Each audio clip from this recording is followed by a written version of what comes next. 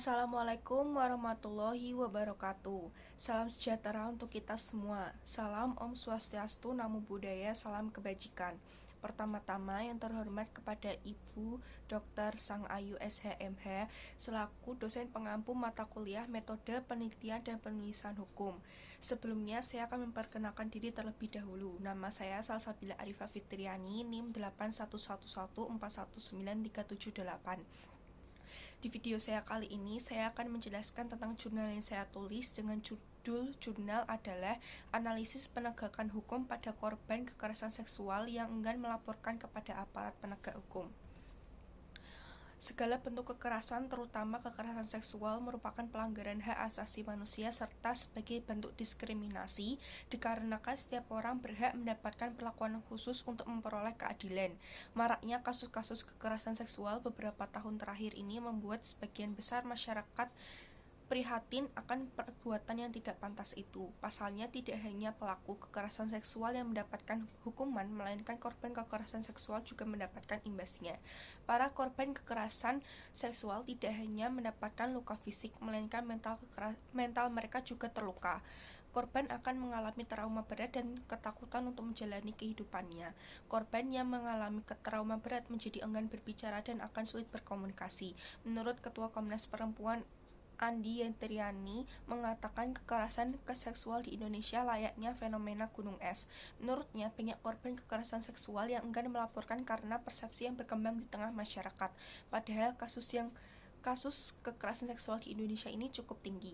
Oleh sebab itu, dalam jurnal penelitian ini diajukan rumusan masalah, yaitu apa yang melatar belakangi korban kekerasan seksual enggan melaporkan ke pihak berwenang, serta apa saja dukungan yang dibutuhkan korban kekerasan seksual dalam segi mental dan sosial korban. Penelitian ini secara umum bertujuan untuk menambah pengetahuan bagi peningkatan dan perkembangan ilmu hukum khususnya di bidang hukum pidana mengenai alasan korban kekerasan atau pelecehan seksual enggan melaporkan ke pihak berwenang. Secara spesifik, tujuan penelitian ini adalah untuk menjadi dasar penelitian kebijakan berikutnya guna merumuskan berbagai strategi penanggulangan tindakan pelecehan seksual. Metode yang saya ambil dalam proses pelaksanaan penelitian hukum ini menggunakan metode penelitian yuridis normatif dan pendekatan konseptual approach. Pembahasan yang pertama, latar belakang korban kekerasan seksual enggan melaporkan kepada pihak yang berwenang.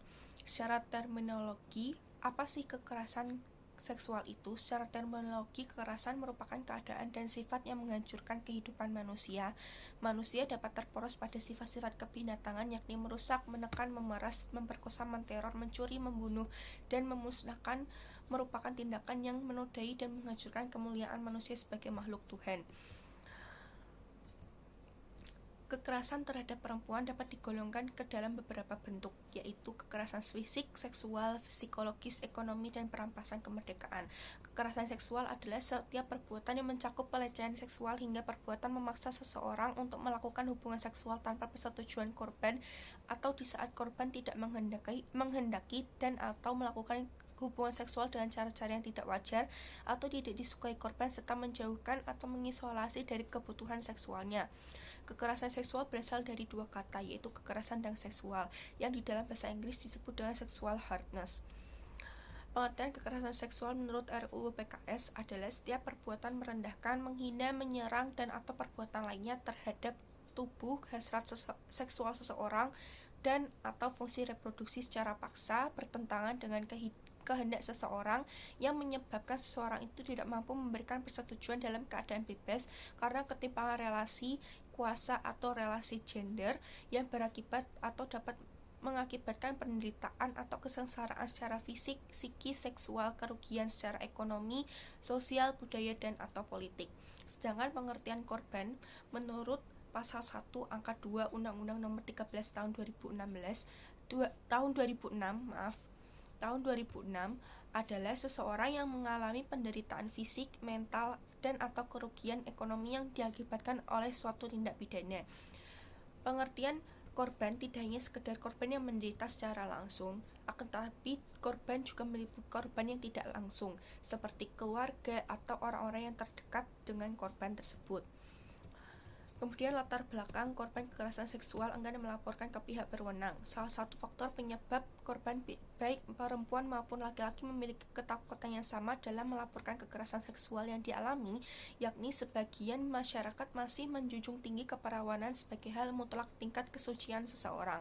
Masyarakat Indonesia terutama masih memandang tingkat keperawanan menjadikan kekerasan seksual di luar nikah dianggap dapat menghancurkan hidup secara total. Akibatnya, ketika seorang perempuan menjadi korban kekerasan seksual, masyarakat langsung berpandangan bahwa masa depan korban sudah hancur. Saat ini, siapa saja yang dapat mengalami kekerasan seksual, tidak hanya perempuan yang sebagai korbannya, laki-laki pun juga mempunyai potensi yang sama. Hal ini terbukti dari kasus yang beberapa waktu lalu sempat terjadi di Komisi Penyiaran Indonesia, di mana pegawai Komisi Penyiaran Indonesia menjadi target korban kekerasan seksual oleh teman-teman sekantornya. Kekerasan atau pelecehan seksual tidak bisa dipersepsikan saja dengan korban yang memancing pelaku sehingga peristiwa itu bisa terjadi. Banyak masyarakat yang biasanya menyalahkan korban, baik dengan menyalahkan cara berpakaian, cara bersikap, atau bahkan menuding korban memiliki kelainan seksual. Dukungan apa saja sih yang dibutuhkan korban kekerasan seksual dalam segi fisik dan mental korban? Terdapat beberapa hal yang dibutuhkan korban setelah mengalami kekerasan seksual, yakni sebagai berikut. 1. Dukungan dari orang terdekat. Dari semua dukungan yang ada, hal yang utama dari korban kekerasan seksual adalah untuk didengar.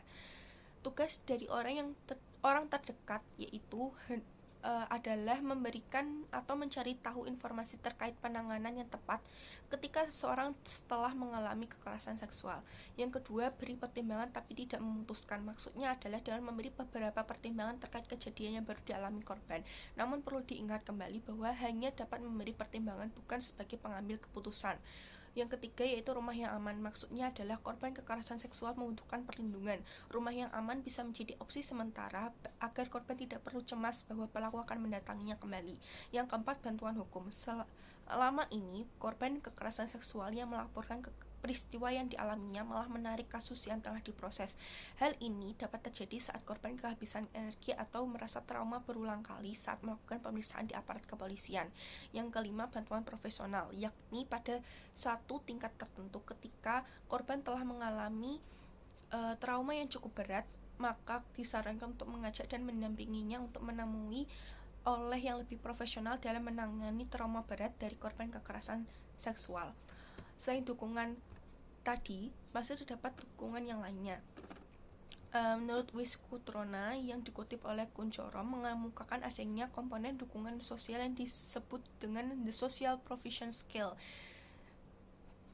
di mana masing-masing komponen dapat berdiri sendiri-sendiri, namun satu sama lain saling berhubungan. Komponen itu ialah yang pertama kerekatan emosional, yang kedua bimbingan, yang ketiga kesempatan untuk mengasuh, yang keempat aspek hubungan sosial. Kesimpulan yang sempat saya ambil dari presentasi yang saya sampaikan ini, salah satu penyebab korban kekerasan seksual takut atau trauma untuk melaporkan kejahatan seksual yakni karena sebagian masyarakat masih menjunjung tinggi keperawanan sebagai hal mutlak tingkat kesucian seseorang. Masyarakat Indonesia masih menganggap tinggi keperawanan yang menjadikan kekerasan seksual di luar nikah dianggap dapat menghancurkan hidup secara total. Dukungan yang dibutuhkan korban setelah mengalami kekerasan seksual adalah dukungan dari orang-orang terdekat, memberi pertimbangan tapi tidak memutuskan, rumah yang aman, bantuan hukum, dan bantuan profesional. Selain itu juga ada dukungan sosial dari keluarga yang terdiri dari beberapa komponen.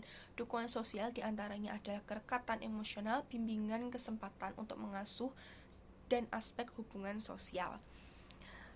Demikian presentasi yang dapat saya sampaikan. Bila banyak salah kata mohon dimaafkan. Wassalamualaikum warahmatullahi wabarakatuh.